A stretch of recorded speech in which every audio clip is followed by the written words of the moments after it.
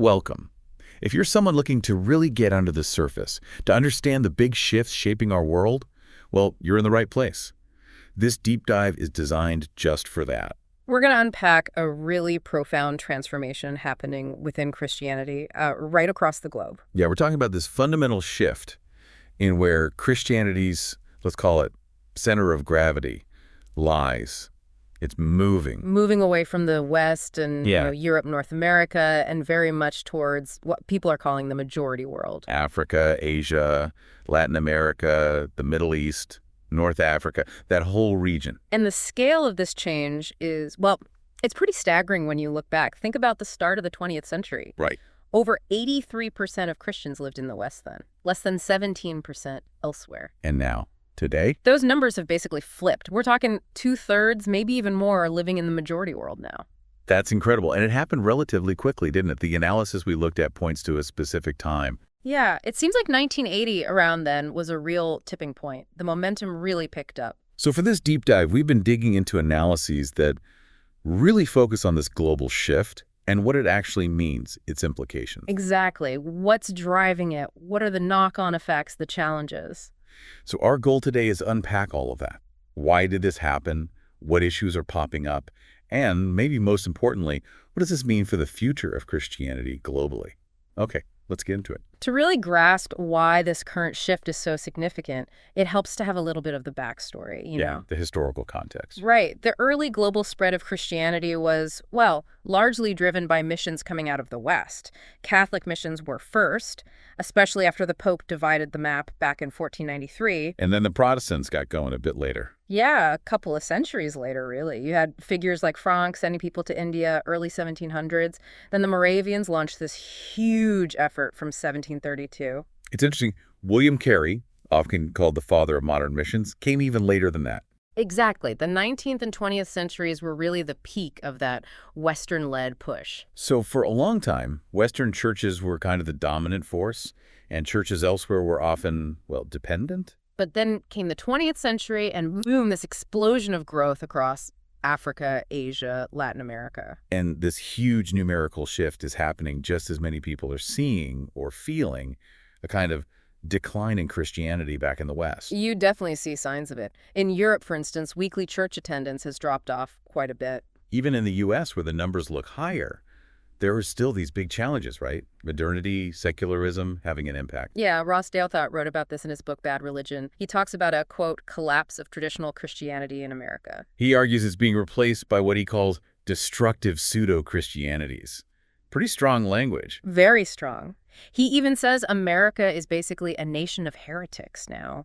It shows a real sense of unease. And it's not just him. Mark Labberton, former head of Fuller Seminary, he's pointed to issues within evangelicalism too, hasn't he? Yes, he talked about the support for Donald Trump among many evangelical leaders as a kind of betrayal and shaming of the gospel. He used the term toxic evangelicalism.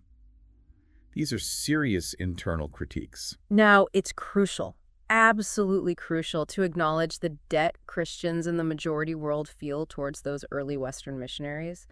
Their sacrifice was immense. Definitely. The gratitude is real. Many people we looked at emphasize that the missionaries, preachers, scholars who brought the faith, and there's still so much value in Western traditions. Absolutely. But there's also this growing sense that majority world Christians need to be more discerning about, contemporary Western church models.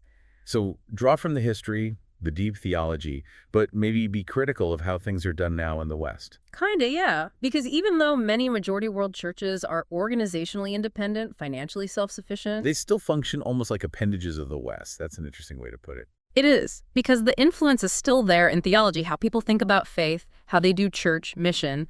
It's partly the legacy of missions, partly 20th century Western cultural dominance. And that dependence, even if it's subtle, has downsides. Big downsides. One is that it makes it harder for majority world churches to develop their own really clear, distinct identities, to mature fully in their own context. And another issue is power, isn't it? Even with all the growth elsewhere, the main centers of influence, headquarters, seminaries, big mission agencies, publishing, media, money, they're still largely based in the West. Exactly. And that imbalance hinders real partnership. For genuine mutuality, you need maturity on both sides. And ironically, this means Majority world churches might not be fully ready yet to help the struggling Western churches either. They need their own strength first. Precisely. They can't confidently partner and contribute until they're fully mature themselves. Okay, so that really sets the scene. As this massive shift unfolds, what are the big issues, the challenges that are coming up? Our analysis highlighted 5 key areas. Yeah, 5 really critical ones. The first is this whole area of worldviews and the intellectual climate. Okay. In Western academia, the big conversations often revolve around modernity, postmodernity, secularism, all stemming from the Enlightenment that focus on reason, empirical proof. Right, the idea that science and logic are the main ways to find truth. Exactly. But that's often not the primary framework in the majority world.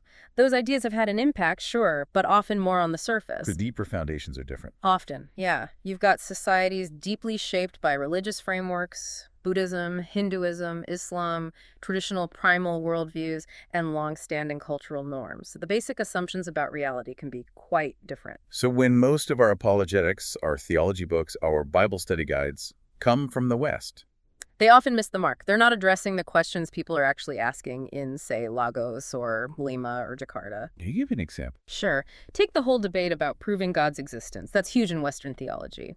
But in many parts of the majority world, the question isn't if God exists, it's which God is the true God, among all the options. So you need a different starting point. That makes sense. And there was a more worrying example in the material, too, about India.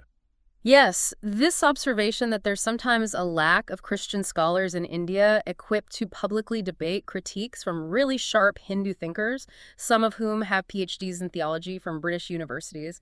It highlights a need for more robust, homegrown theological work. Wow, okay. So that's worldviews. What's the second issue? The second is tied directly to that rapid growth we mentioned. It's the role of the supernatural, or perhaps the recovery of the supernatural, in understanding that growth. You mean things like miracles, healings? Exactly. Signs and wonders, deliverance, prophecies, dreams, visions. Paul talks about his ministry happening by the power of signs and wonders, by the power of the Spirit. That seems highly relevant to the growth in the majority world. And it's not just about, say, American Pentecostalism exporting this. Not solely, no. Often it's indigenous believers simply taking the Bible's accounts seriously, or the Holy Spirit moving powerfully in revival. Which contrasts sharply with the West, where the Enlightenment influence often led to skepticism about the supernatural. Right. Either outright rejection in liberal circles, or this tendency, even among some evangelicals, to kind of relegate miracles to biblical times only. The analysis pointed out an inconsistency there, didn't it? Defending biblical miracles, but being uncomfortable with modern ones. Yeah. Professor Charles Kraft at Fuller put it bluntly, Enlightenment Christianity is powerless.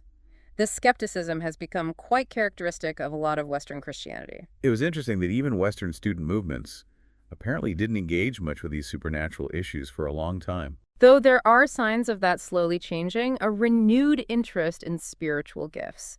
And, reality keeps intruding. Michael Green wrote about spiritual warfare. And you see things even now, like people trying to cast hexes on public figures.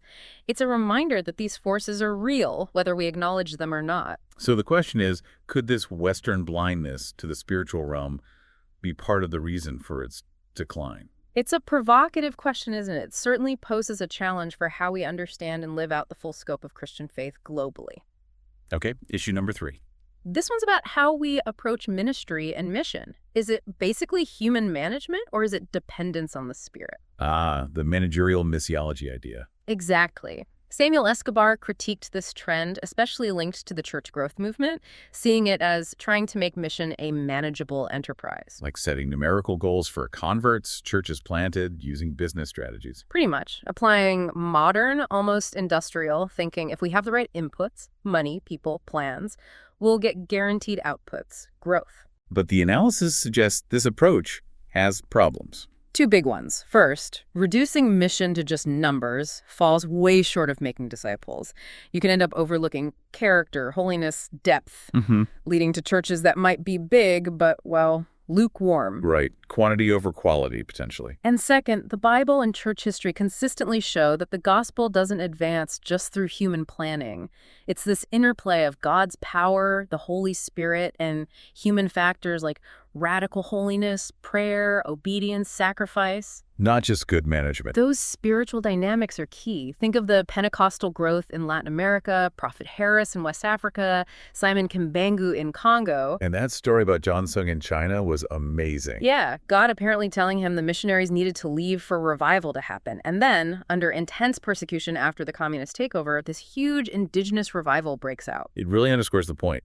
Human planning has a place, but ultimate dependence has to be on God. Absolutely. Which makes you think about how we disciple people, embedding prayer right from the start. Okay, moving to the fourth challenge. This one feels quite serious. Shallow discipleship or nominal aim. Yeah, just because churches are growing fast numerically in the majority world doesn't mean everything is healthy. Nominalism people being Christian in name only is a huge issue. And leadership problems, too. Persistent ones, yes. Look at South Korea, amazing growth, but now facing issues like slowing growth, disunity, lack of social impact, problems with megachurches, similar stories across Asia. And Africa. The Rwandan genocide happened in a largely Christian country, didn't it? Tragically, yes. A stark reminder of the gap between affiliation and transformation. Plus, you have the prosperity gospel spreading in cities, ethical issues with some prominent leaders. It points to a lack of deep roots. Fundamentals like commitment, character. It seems so. And here's the troubling part. This decline in the quality of discipleship isn't just a majority world problem. We see parallels in the West. How so? Influenced by liberal theology, secular pressures, especially around ethics, like the debates on sexuality and same-sex marriage. And the analysis suggested Western evangelicals sometimes struggle on that front because of past compromises on things like divorce and remarriage. Exactly. The argument is if you start picking and choosing which biblical teachings to uphold based on cultural comfort, you undermine your authority across the board. It weakens the whole structure. Which is a threat globally, not just locally. Definitely. It really pushes the need for majority world Christians to dig deep into the best traditions of spiritual formation, from history, strong biblical preaching, monastic discipline, Puritan pastoral care, pietist devotion, Methodist small groups focused on holiness, costly sacrifice.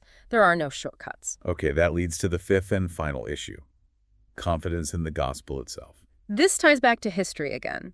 The anti-colonial era, the 40s to 60s, saw calls, especially from liberal church wings, for missionaries to withdraw. Missions were painted as religious imperialism. And anthropologists accused them of destroying cultures. Yes. That led to this real Western guilt complex about missions. But scholars like Lemon Santa push back hard against that. Very effectively. He argued that far from destroying cultures, missionaries often preserved them by translating the Bible into local languages, giving them written form for the first time. And then there's Robert Woodbury's research, showing positive social impacts. Astonishingly positive, yeah.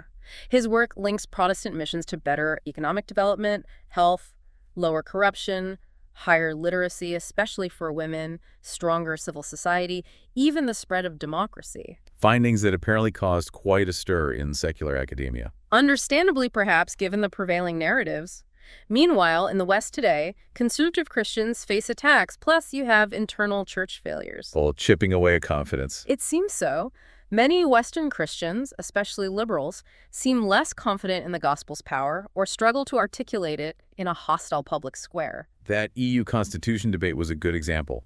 The resistance to even acknowledging Christianity's role in Europe's history. George Weigel called it historical amnesia. Why deny it? But contrast that with the view in parts of the majority world. Completely different picture sometimes.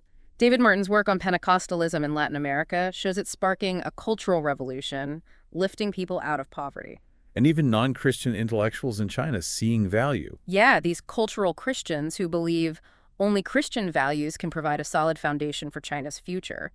That story of the Oxford engineering professor telling Christians to preach in China because China needs God, that's powerful. So the takeaway is, while confidence might be shaky in parts of the West, the encounter with Christ is fresh and powerful in much of the majority world. Exactly. And the big question is, how can that vitality help renew the global church? So wrapping this all together, it's clear these issues aren't just over there for the majority world. The Old West's best idea is, well, outdated and maybe even harmful for Western churches themselves. Definitely spiritually dangerous, blinding them to their own needs. But if the global church tackles these issues together, there could be some amazing outcomes. Well, first, majority world Christians could develop really strong, authentic identities, rooted in their own contexts. Second, Mature majority world thought could provide a vital corrective, a balancing perspective for Western theology, filling in blind spots. Okay. Third, it could finally lead to real mutuality, genuine partnerships between West and majority world beyond old dependencies. Yeah, and fourth. Empowered majority world Christians working alongside Westerners in global mission, including, potentially, the re-evangelization of the West itself. That reminds me of that story about John Stott, 40 years ago, inviting an Asian leader, seeing the West decline, and looking for non-Western leadership. What a prophetic moment, really. And the call is still relevant. So the big questions remain. Will majority world Christians step up faithfully and courageously? And will Western Christians have the humility to partner, even be served by the churches their ancestors helped start? There were also a couple of specific challenges for majority world Christians in the analysis. Yes. One, resist migrating west just for economic reasons, unless clearly called. Don't lose your vital role back home. And the other, Learn from history that building God's kingdom requires sacrifice, giving your best people to church and mission, not just high-paying jobs. it all comes back to partnership, doesn't it? Like that IFES theme, Messengers of Hope. We need everyone, north, south, west, majority world, rich, poor, working together. The task is huge in the 21st century. Genuine partnership is essential. So here's the final thought we want to leave you with. How will this massive shift in Christianity's global landscape reshape how we all understand faith, mission, even the church's identity, and what completely unexpected opportunities might emerge from this incredible transformation?